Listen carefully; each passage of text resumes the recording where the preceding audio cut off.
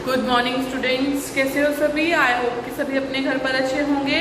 तो चलिए अब हम अपने हिंदी लिटरेचर का नेक्स्ट चैप्टर करते हैं। हमने चिड़ियों की तो बहुत सारी कहानियाँ, कविता है ना, बहुत कुछ सुना है। तो मैं आपसे एक चीज़ और पूछना चाहती हूँ कि आपने कोई ऐसी चिड़िया देखी है कि जिसकी गर्दन नीली होती है?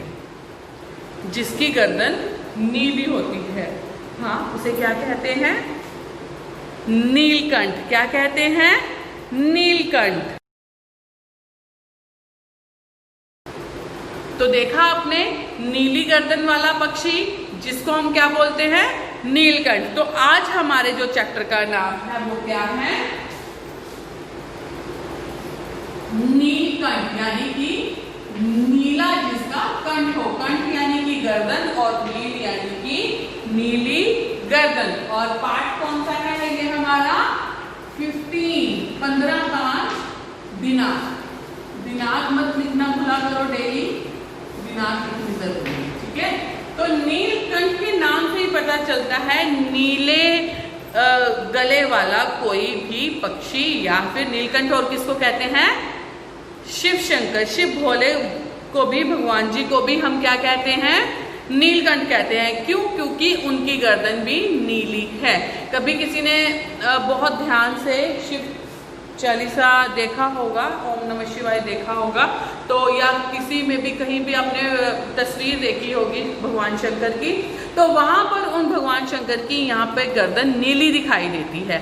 वो नीली दिखाई इसलिए देती है क्योंकि उन्होंने जो विष पी लिया था, ना तो उन्होंने अंदर लेके गए, अंदर लेके जाते तो वो उनको नुकसान देता, पर वो भगवान थे, कुछ भी कर सकते थे। वो अंदर लेके जाते तो वो उनको नुकसान देता, और बाहर निकालते तो पूरे जगत को वो विष नुकसान देता। इसलिए उन्होंने वो अपने कंठ में ही उसको रख लिया था, जिसकी वजह से उनका नाम पड़ा नीलकंठ, ठीक है।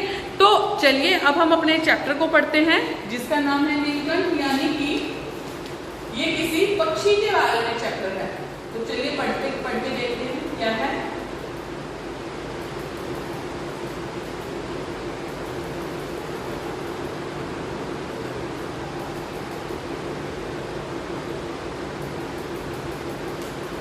महादेवी वर्मा द्वारा रचित पाठ नीलकंठ जीव जंतुओं पर आधारित है, यानी कि पशु पक्षियों पर ही आधारित है। इस पाठ के माध्यम से लेखिका ने जीव जंतु के प्रति अथाह प्रेम और सहानुभूति का परिचय मिलता है। इस दिन महादेवी वर्मा अपने लिए किसी अतिथि को स्टेशन पहुंचाकर लौट रही थी। उन्हें चिड़ियों और खरगोशों की दुकान का ध्यान आ गया। वे बड़े मियाँ चिड़िया वाले की दुकान पर जा पहुंची। महादेवी को देखते ही सलाम करके उसने बताया कि शंकरगढ़ का कोई शिकारी 2 मोर के बच्चे दे गया है, एक मोर और एक मोरनी। लेखिका ने मोर के बच्चे देखने चाहे, वे पिंजरे में बंद थे। लेखिका ने 35 रुपए देकर उन दोनों को खरीद लिया। ध्यान रखना, 35 रुपए देकर उन दोनों को खरीद लिया और पिंजरा लेकर गाड़ी में बैठ गई। कार में पिंजरा रखते ही दोनों पक्षी शावक छटपटाने लगे और उनकी हलचल से पिंजरा मानो सजीव और उड़ने योग्य हो गया हो। घर पर सब उन पक्षियों को तीतर बताने लगे और कहने लगे कि तुम ठग गई हो। लेखिका यह सुनकर चिढ़ गई। उसने अपने पढ़ने लिखने वाले कमरे में पिंजरा रखकर उसका दरवाजा खोला, फिर 2 कटोरों में सत्तू की छोटी छोटी गोलियां और पानी रखा। वे दोनों कभी मेज के नीचे तो कभी अलमारी के पीछे घुस जाते। इस प्रकार दिन भर लुका छिपी से थक कर रात को वह गद्दी की टोकरी में बैठने लगे। 1-2 दिन में ही जब उनका डर खत्म हो गया तो वे पूरे कमरे का चक्कर लगाने लगे। लेखिका ने उन्हें अन्य जीव जंतुओं से बचने के लिए कमरे में बंद रखना ठीक ही समझा।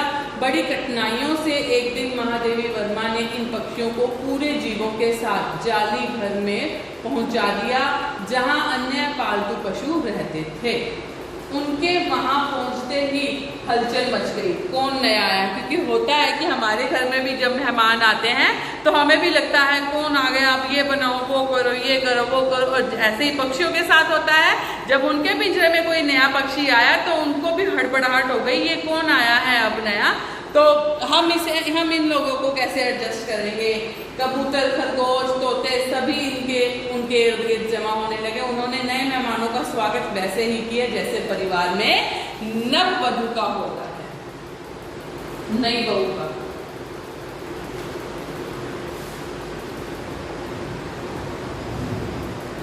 धीरे धीरे मोर के बच्चे बढ़ने लगे। मोर के सिर की कलगी सघन, ऊंची और चमकीली हो गई, चोंच टेढ़ी और तेज हो गई और तथा गोल आंखों में नीली आभा चमकने लगी। नीली गर्दन पर धूप छाई तरंगे उठती गिरी प्रतीत होती थी। लंबी पूंछ और पंखों में इंद्रधनुषी रंग झलकने लगे। उनके रूप आकार में निरंतर परिवर्तन होने लगे। मोरनी का विकास तो उतना चमत्कारी नहीं था, पर वह मोर की सहचारिणी होने का सबूत देने लगी थी। मोर की गर्दन नीली होने के कारण लेखिका ने उसका नाम नीलकंठ रख दिया और मोरनी के सदा उसके आगे पीछे घूमते रहने का कारण उसका नाम राधा रख दिया। लेखिका कहती है कि अपने स्वभाव और संस्कार वश नीलकंठ स्वयं जीव जंतुओं का सेनापति और संरक्षण बन बैठा। वह सबका ख्याल रखता और अगर किसी ने गड़बड़ की हो तो उसे दंडित भी करता था। खरगोश के छोटे बच्चों को वह चोंच से कान पकड़कर उठा लेता था। वह जीव जंतुओं से बहुत प्रेम करता था। एक बार एक सांप न जाने कहां से जाली के भीतर आ गया और छोटा खरगोश उसकी पकड़ में आ गया। नीलकंठ ने उस पर वार करके खरगोश के बच्चे को बचाया और रात भर उसे अपने पंखों से गर्मी देता रहा। राधा ने जब तक दूसरे साथियों को सूचित किया, नीलकंठ सांप के टुकड़े कर चुका था। मोर एक कलाप्रिय वीर पक्षी है, परंतु वसंत ऋतु के आने पर मेघों की सांवली छाया में अपने इंद्रधनुषी पंखों पर नीलकंठ एक सहजात लय ताल में नाचता रहता। राधा उसके समान तो नृत्य नहीं कर पाती, पर उसकी गतिविधियों में एक पूर्ण ताल परिचय मिलता था। नीलकंठ ये जान गया उसका नृत्य लेखिका को बहुत भाता है। वह नृत्य लेखिका के जालीधार के पास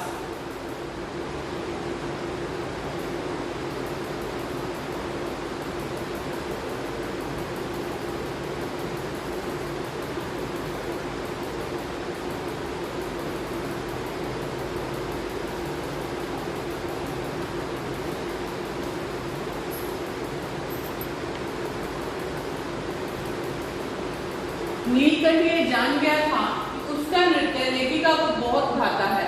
वह नृत्य लेखिका के जालीदार के पास पहुंचते ही अपने नृत्य आरंभ कर देता था। लेखिका के साथ देशी विदेशी भी होते थे। कुछ विदेशी महिलाओं ने उसे परफेक्ट जेंटलमैन की उपाधि दे डाली, इसे नीलकंठ को। नीलकंठ लेखिका की हथेली से बड़ी कोमलता के साथ चने उठाकर खाता था। बसंत ऋतु में वह जालीदार में रहना पसंद नहीं करता था। नीलकंठ और राधा की सबसे प्रिय ऋतु वर्षा की थी।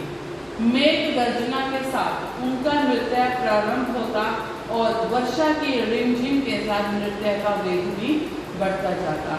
इस सुखद आनंद का अंत करुणा कथा में हुआ।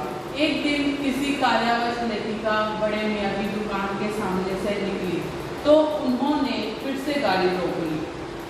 उनके पास एक मोरनी थी जिसके पंजों की उंगलियां टूटी हुई थी। यह चिड़ी मार की हरकत थी। लेखिका ने उस घायल मोरनी को 7 रुपए में खरीद लिया। मरहम पट्टी से वह 1 महीने में ठीक हो गई और डगमगाती हुई चलने लगी। उसे भी जालीदार में जाली घर में पहुंचाया गया। वह उसका नाम कुब्जा रखा गया। यह बाकी जीव जंतुओं की भांति प्रेम मिलाप वाली नहीं थी। वह नीलकंठ और राधा को एक साथ नहीं देख पाती थी। वह नीलकंठ के साथ रहना चाहती थी, जबकि नीलकंठ उससे दूर भागता था। एक बार कुब्जा ने राधा के 2 अंडों को चोंच मारकर गिरा दिया, जिन्हें वह पंखों से छिपाए रहती थी। नीलकंठ राधा से अलग रहकर उदास रहने लगा। कई बार वह नीलकंठ जाली से निकलकर भाग जाता तथा कई बार आम की शाखाओं में भूखा प्यासा छिप जाता। यानी कि इस जो ये हमारी कहानी चल रही है, इसमें एक पक्षी के आने के बाद पूरा माहौल घर का चेंज हो गया। यानी हम कहते हैं ना, घर में अगर थोड़ी सी भी कोई लड़ाई झगड़ा या कोई ऐसा आदमी हो जो घर में बार बार लड़ाई, जो घर के माहौल को खराब कर देता है, हंसी खुशी वाले कोई ऐसी सिचुएशन आती है जिससे पूरे घर का माहौल खराब हो जाता है, ऐसे ही उन पक्षियों के घर में हुआ। लेखिका ने तो अपनी तरफ से एक पक्षी को लेके आई, परंतु वो जो पक्षी था, एक मोर थी जो कुब्जा नाम की थी, उसका नाम कुब्जा रखा गया, पर उसने राधा और नीलकंठ को एक साथ ना अच्छा समझते हुए उनके अंडों को गिराया, मार गिरा दिया। उनके बच्चे ही थे उनमें, तो राधा और नीलकंठ को वो कैसे अच्छी लग सकती है। तो वो राधा और नीलकंठ को एक साथ नहीं देख पाती थी। आगे देखिए, जिसकी वजह से नीलकंठ उदास रहता था, अलग बैठा रहता था, जाली घर में जाना पसंद नहीं करता था। अब उसकी चाल में थकावट आ गई थी और आंखों में शून्यता रहती थी। लेखिका सोचती थी कि कुछ ही दिनों में वह ठीक हो जाएगा, परंतु ऐसा नहीं हुआ। 3-4 मास के बाद एक दिन लेखिका ने देखा कि नीलकंठ पूंछ व पंख फैलाए धरती पर बैठा था। लेखिका के पुकारने पर भी वह हिला डुला नहीं, वास्तव में वह मर गया था। लेकिन उससे अपनी शाल में लपेटकर गंगा की धारा में प्रभावित कर आई लेखिका। नीलकंठ ने नहा रहने पर राधा भी निश्चेष सी बैठी रही, यानी कि चुपचाप, बिना कोई भी हरकत करने वाली। आषाढ़ महीने में जब बादल छाते तो वह कभी ऊंचे झूले पर चढ़कर तो कभी अशोक की डाल पर अपनी तेज आवाज में नीलकंठ को बुलाती रहती। कुब्जा भी नीलकंठ को ढूंढती रहती, जाली का दरवाजा खुलते ही बाहर भागती और आम, अशोक, कचनार आदि की शाखाओं में उसे ढूंढती थी। एक दिन आम की शाखा से उतरी की लेखिका की अल्सेशियन कुतिया कजली उसके सामने आ गई। उसने कजली पर प्रहार किया। कजली ने भी 2 दांत अपनी गर्दन पर लगाए, उसकी गर्दन पर लगाए और उसकी भी मृत्यु हो गई। इन तीनों पक्षियों की विभिन्न प्रकृति लेखिका के लिए विशेष महत्व रखती है।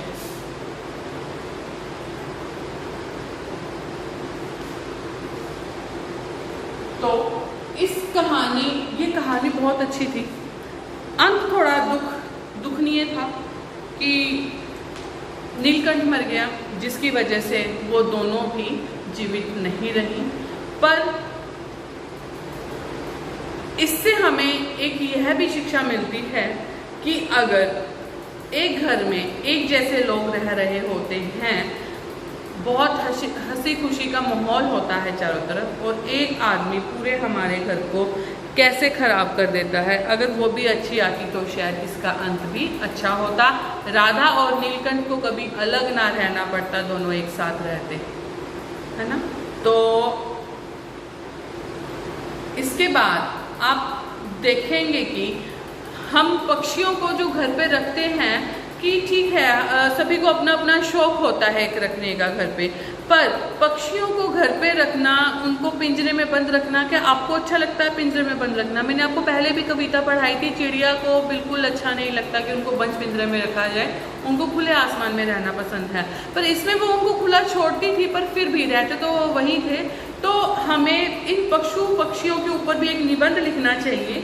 आप अपनी लैंग्वेज की नोटबुक पे एक निबंध लिखोगे पशु पक्षियों का पिक्चर बनाते हुए, तस्वीर चित्र बनाते हुए, कि उनको खुले आसमान में रखना चाहिए या बंद पिंजरे में रखना चाहिए, और उनके लिए क्या ज़रूरी है, हर ऋतु उनके लिए कैसे ज़रूरी है। ठीक है, तो यहाँ पर हमारा ये चैप्टर ख़त्म होता है। इसके बाद हम वही करेंगे क्वेश्चन आंसर, कठिन शब्द, वाक्य बनाओ। Thank you.